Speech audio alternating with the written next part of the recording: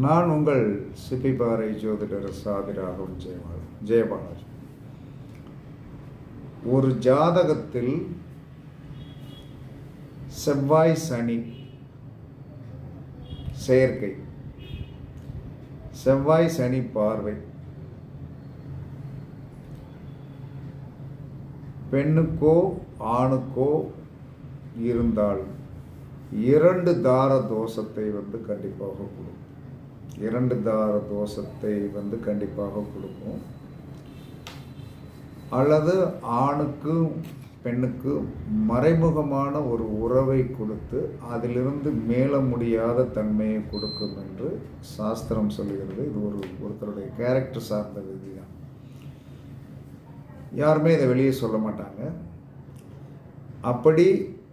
இப்படி இருந்தால் இதிலிருந்து நீங்கள் விடுபடணும்.